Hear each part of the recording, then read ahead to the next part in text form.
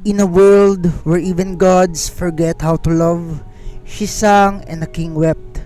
This is the story of a voice that healed the dead and a dusk-born crown that waited for her in return. If this poem or tale stirred something in you, a memory, a dream, or a truth, our Ko-fi, Amazon, and Patreon links are in the description. Supports help us keep writing for you and for those you hold dear.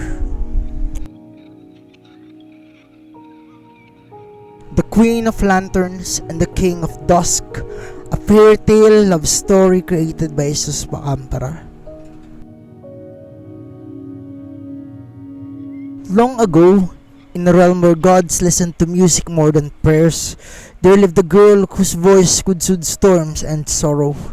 They called her Yong-ah, a name like a bell, soft yet enduring. She was a descendant of Bari, the legendary princess who had once journeyed to the underworld to save her dying parents. Yong had inherited not her grandmother's strength, but something gentler, the power to soothe, to sing away pain, to calm fire, to melt frozen hearts. Her kingdom, lush with persimmon trees and lotus ponds, often held festivals where her voice alone replaced the drums and gongs. But one day, the harmony shattered. Her sister, the younger and brighter one, collapsed without cause. No healer could cure her, nor charm or prayer soothe her. Even Yong's voice, once believed to be heaven sent, faltered. She sang day and night, her throat raw, but nothing changed. Why, she whispered to the gods, why is my voice useless now? That night, as the moon swam low in the sky, a celestial wind whispered through the court. The flowers turned toward it. A god nameless, with a crown of cloud and robes stitched from stars, appeared by her side. Your voice cannot heal what is tethered by death's longing, he said. There is an elixir beyond the rivers of ash in the underworld where time forgets the living. But be warned, child, the road is filled with tricksters, illusion, and one who dwells beneath, the king of the underworld. He is not cruel, but he is not kind, and he fancies things that do not belong to him. Yong bowed her head. Then I will go. The journey began with frost, not outside, but within her bones. She crossed 7 mountains and whispered to the bark of pine trees. She passed a river where crows stood still, watching her with eyes full of riddles. Her shoes were thin, her hope thinner. But then came a man. He stood beneath a ginkgo tree. His eyes were the shade of midnight ink. His voice was soft as wind on silk. His name was Yoon, a wanderer, he said. The path ahead is treacherous, he warned. Let me guide you. I know these woods. I have walked them when grief was my only companion. He was handsome in a way sorrow often was. His smile felt safe, but Yong, though naive in many things, had learned the tales her grandmother told. Beware the kindness that does not blink, Bari had said. Even demons wear soft skins. And yet, wasn't she desperate? So she let him stay. As they journeyed, she sang, not to heal but to remember. If I lose my name, let my song remain. In peach blossomed flame, let my love be pain. And sometimes, when the stars blinked between leaves, Yoon would hum along. His voice was slow, familiar, too familiar. They reached the gates of the underworld, where the white peaches bloomed even in shadow. The air was heavy with the scent of longing, and in that garden, Yoon turned to her. You must be tired, he said gently. Here, eat this peach. It will soothe your sorrow. Just one bite. She reached for it. Her lips brushed the fuzz, and then, no, a voice echoed within her, a memory, her grandmother's voice. The fruit of the dead binds you to their fate. Young flinched, she dropped the peach, her heart raced. Who are you, she asked, stepping back. Yun's form rippled. For a moment she saw him, not in human skin, but cloaked in a robe woven from ravens, his crown gleaming with obsidian fire, the king of the underworld. His name was Jess, ruler of the quiet realm, and he had watched her since the day her song reached his ears. I only wanted you to stay, he said softly. I feared you'd never come back, that I would return to a kingdom without music. She trembled, rage burned in her. You tricked me. I guided you, he said. You wanted to trap me, Yong said. I wanted to know you, Jess replied. Despite her fury, he led her to the elixir, a liquid glowing pale gold in a shell of crystal. Drink it not, he said. Carry it in your song. Your voice will return stronger than ever once it tastes the truth, and she did. But as she turned to leave, the peach trees around her bloomed crimson. The path shimmered and vanished. You cannot return now, Jess said. The moment you touched this realm, your fate was bound. Tears fell. I hate you. I know, he replied and turned away, though his heart broke quietly inside his ribs. But the gods above were watching, and they wept. Moved by her sorrow and the underworld king's silent love, they granted her one path, a single return to the living realm. One day the god who sent her whispered, you may choose to come back, but know this, the elixir only sings when you sing for someone else. Back in the world of light, Young touched her sister's brow and sang, a song richer than fire, deeper than rivers laced with grief and longing. I walked the path where silence grows, and learned to love what never shows. I kissed the dark, I sank to stone, and found the heart that beat alone. Her sister's eyelids fluttered, breath returned, warm and soft as plum blossoms blooming after snow. Around them, lanterns flickered to life. The room once thick with red, now brimmed with music. Young's voice glowing with the golden ache of the elixir.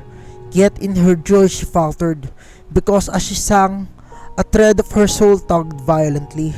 She saw him, Jess, the king of the underworld, standing beneath a phantom cherry tree, visible only to her. His robes billowed like smoke. His crown sat heavy as regret, though he smiled at her from the shadows of memory. His hands clutched his chest. Why does it feel like I'm losing something, she whispered, voice trembling. No one answered, but the moon spirits did. They shimmered through the temple garden that night, silver-cloaked maidens with no feet, only mist, singing in a language only Young could understand. A bond forged in fruit and flame cannot be undone without pain. He drank the sorrow, sang the grief, but left his heart like a torn motif. Tears rolled down Young's cheeks. Why does it feel like I hurt him when he's the one who... But the wind interrupted her. It carried a new sound, the creaking of a boat. Out in the lotus pond behind her ancestral palace, a ghostly boat had docked. It had no oarsman, only a paper lantern hanging from its tip, and moonlight coating its hull like frost. The same voice of the moon spirits echoed again. Your journey was a gate, not a crossing. You returned, but you were never whole. One fruit rejected, one vow untouched, and yet his crown still calls your soul. Her grandmother Barry's voice echoed in her heart like a fading drumbeat. Some paths, child, are one-way songs. Her sister steered beside her, now healed, unaware of the price her salvation had summoned. A note from the song had rose from Young's lips, now trembled not with power, but with grief. In In the quiet days that followed her return, Young spoke little. She wandered the underworld halls like a wraith in silk, soft-footed, quiet-eyed. Her crown hovered near, always a breath away from her brow, but she refused to wear it. Just gave her no command, no cage, no plea, only space. She sang for the souls, yes, lit lanterns. Let her voice echo through the halls of mist and stone, but for Jess nothing, not even a hum, until the day of falling stars. He found her gazing upward near the river, where the underworld sky shimmered like oil. Above, comets danced across the rift between realms, a once-in-a-century crossing where the veil between the world of the living and the dead thinned like rice paper in rain. That sky, it's Earth's, isn't it? She whispered. Jess nodded. For a single night, a single breath, the moon boat can reach your world again, if you choose it. Her breath caught. You'd let me go? You came back once, she said. I won't bind you again, even if it tears me apart. She turned to him then, truly looked at him, not as Yoon, not as the king, but as Jess, the man who walked beside her shadow and never once asked her to follow him. Why do you love me, she asked. His voice was quiet, almost lost in the comet light. Because you sang to the dead without fear, because you refused to eat the fruit, because when I offered you a crown, you still asked me why. She laughed bitter and soft. You could have given me everything. Well, that's what gods do. He stepped closer. But love doesn't mean giving everything. It means knowing what to give and when to let go. Her heart twisted for all his power. He had never tried to conquer hers. That night, she boarded the moonboat in silence. And for one night, beneath a comet-split sky, she held her sister's hand again, kissed her grandmother's shrine, earthworm rice cakes beside her sleeping mother. But as dawn approached, something ached in her chest, not lost but yearning, not for the world she had left, but for the one who had waited. When she stepped back into the underworld, her lantern flickered brighter. She walked to Jess without ceremony, without announcement, and whispered, "Thank you for not giving me everything." Then she reached for the crown at last, and chose to wear it. The moon spirits lifted her sleeves and reached for her. With one step, she was in the boat. No one saw her leave, not even her sister. Only her shadow remained for a moment, singing. Down the river of memory and dreams, the boat sailed. When Myung opened her eyes again, she stood in the underworld, though it no longer felt frightening. The skies were violet. The peach trees had bloomed crimson and white. There were no howls, no curses, only stillness, expectation, and at the end of a long obsidian path, Jess awaited. But he looked different, tired. His shoulders bowed slightly, as if the weight of her absence had broken something invisible beside him. He did not speak until she did. "You gave me the path to save my sister," Young whispered, "and you let me go, even when it meant losing me. What good is a crown," he said slowly, "if the only one who could sit beside me was crying to be free?" "Then why does your heart hurt?" she asked gently. He looked up, and for the first time, the king of the underworld looked like the man, a lonely one, not a trickster nor a god, but someone who had dared to love someone far above his station. "Because I love you," he admitted, a voice hoarse, "and in giving you freedom, I chained myself." She stepped forward. "I hate you," she said, "for tricking me, for hiding, for trying to trap me." A pause. "But what hurts more is realizing you were the only one who saw me, not just my voice, not just my crown, not my duty, just me." The moon spirit danced in the air, circling them. The peach trees dropped their final blossoms.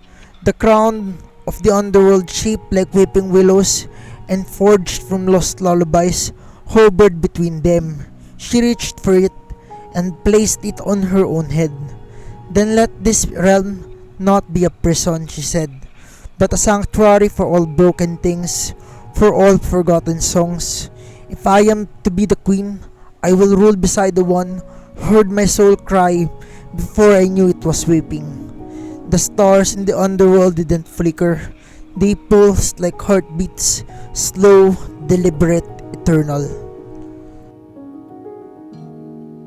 And tonight the lanterns joined them.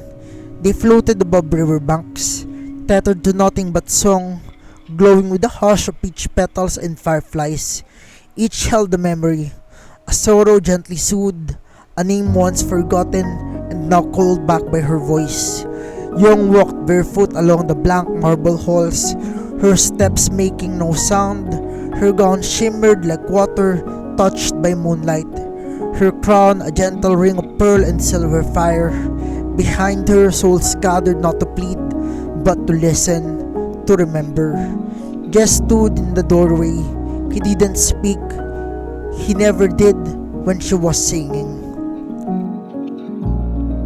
"Is this what you saw?" she asked softly, "when you captured me?"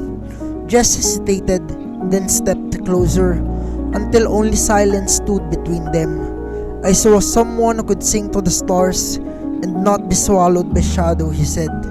"And I thought that if I let you go, I would never hear that song again." Young tilted her head, half smiling. "So you stole me because you loved me?" "Yes. You could have just courted me," she teased, eyes glinting. "Even with shadow in your crown, your poetry was decent." "It was complicated," Jess said. "Why?" Young asked. "Because if I didn't take you, I would have stayed with darkness forever," he answered. He looked up, voice lower, now honest. "The king of the underworld doesn't need a ruler beside him. He needs someone who can soothe souls, someone who won't run from grief, someone who doesn't flinch when the dead speak." Young reached out and touched his chest. "You mean someone who wouldn't run from you," she said lovingly. Jess breathed slowly, his hand curling over hers. "I tried to be romantic," he said. "Tried to be gentle. But anyone can write poems, Young. Anyone can bring flowers. What would make you choose me?" She smiled slowly, not the smile of a girl, the smile of a goddess who had learned love by walking through the fire and fog. "No one else would have got the lengths you did," she whispered. "No one else would have watched me leave, then still built a kingdom with lanterns in case I ever came home." Just lowered his forehead to hers. "Then stay, not because you must, but because you've always belonged to this place." Young's finger traced the edge of his crown. "No," she said, lifting her face to the sky of the underworld, where the lanterns bloomed like stars. "I stay because this place now belongs to us." Then they sang a song to mark their union, their song at the end of all roads. Stanza 1, Young. "I placed lanterns through the dark, lit from the ache of old songs.